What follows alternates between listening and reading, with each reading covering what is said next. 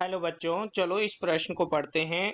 इस प्रश्न में पूछा हुआ है, निम्नलिखित में से कौन सी व्यवस्था दिए गए परमाणुओं के इलेक्ट्रॉन ग्रहण एंथैल्पी ऋणात्मक चिन्ह सहित के सही क्रम को प्रकट करती है, ये आपको बताना है। तो चलो सबसे पहले हम क्या करते हैं, इस प्रश्न की मुख्य अवधारणा को सीखते हैं।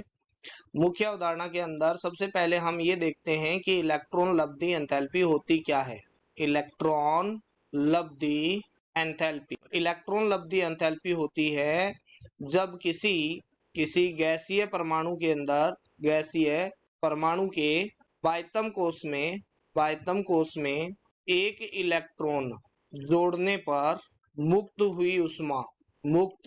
हुई ऊर्जा को हम क्या कहते हैं, उसको हम क्या बोलते हैं, इलेक्ट्रॉन लब्धि एंथैल्पी बोलते हैं। ठीक है, तो यहाँ पर अगर हम देखा जाए तो इलेक्ट्रॉन लब्धि एंथैल्पी है, इसको हम क्या बोलते हैं, इलेक्ट्रॉन एफिनिटी, EA से लिखते हैं। ठीक है, तो अगर मैं बात करता हूँ आवर्त सारणी के अंदर, सारणी में होता क्या है, जो अगर हम लेफ्ट से राइट की तरफ जाते हैं, ठीक है, यानी एक ही आवर्त में, आवर्त के अंदर हम बात करते हैं आवर्त में, तो लेफ्ट से राइट जाने पर आकार होता है, वो क्या होता है, आकार होता है वो छोटा होता जाता है, और छोटा होने की वजह से इलेक्ट्रॉन लब्धि एंथैल्पी है, EA है, वो क्या हो जाती है, बढ़ जाती है, क्योंकि वो आसानी से इलेक्ट्रॉन क्या हो जाएगा, आसानी से इलेक्ट्रॉन को ग्रहण कर लेगा। ठीक है, और अगर हम वर्ग की बात करते हैं तो वर्ग में अगर मैं ऊपर से अप से डाउन की तरफ जाता हूं तो यहाँ पर क्या होता है, आकार क्या होता है, आकार बढ़ता है। आकार बढ़ने की वजह से EA क्या होना चाहिए, कम होना चाहिए।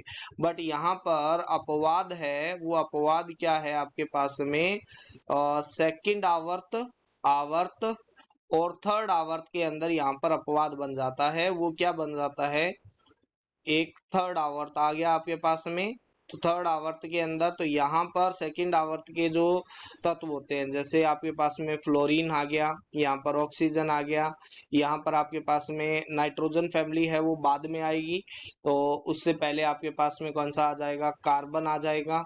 ठीक है, यहाँ पर बोरोन आ जाएगा, और यहाँ पर आपके पास में नाइट्रोजन फैमिली आएगी। ठीक है, और यहाँ पर अगर देखा जाए क्लोरीन, यहाँ पर आएगा सल्फर, यहाँ पर आएगा सिलिकॉन, यहाँ पर आएगा एल्यूमिनियम, और यहाँ पर आपके पास में आएगा फास्फोरस। ठीक है, अब अगर देखा जाए तो नीचे जाने पर IE का मान क्या होना चाहिए था, कम होना चाहिए था, बट होता नहीं है। IE का मान, इलेक्ट्रॉन एफिनिटी का मान कम होना चाहिए था, बट होता नहीं है। क्या होता है, क्लोरीन की इलेक्ट्रॉन एफिनिटी है वो सबसे ज्यादा होती है पीरियोडिक टेबल में। ठीक है, पीरियोडिक टेबल में क्लोरीन की सबसे ज्यादा होती है, और ऑक्सीजन से ज्यादा सल्फर की, कार्बन से ज्यादा सिलिकॉन की, बोरोन से ज्यादा एल्यूमिनियम की, और नाइट्रोजन से ज्यादा फास्फोरस की। ऐसा इस वजह से होता है कि इनका आकार होता है वो क्या होता है, बहुत छोटा होता है। इनका आकार क्या हो जाता है, आकार छोटा होता है, जिसकी वजह से इलेक्ट्रॉन घनत्व है वो बढ़ जाता है, इलेक्ट्रॉन घनत्व बढ़ जाता है, और बढ़ जाता है इस वजह से इलेक्ट्रॉन आपस में रिपेल करते हैं, और वो आसानी से इलेक्ट्रॉन को ग्रहण नहीं कर सकते हैं।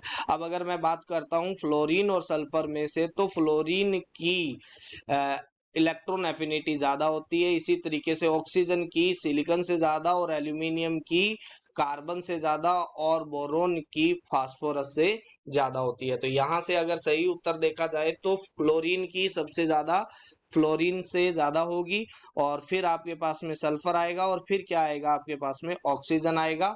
तो ये आपके पास में सही उत्तर दिया गया है, वो ऑप्शन डी के अंदर दिया गया है। आशा करते हैं मुख्य अवधारणा के आधार पर आपको इस प्रश्न का उत्तर समझ में आया होगा। धन्यवाद।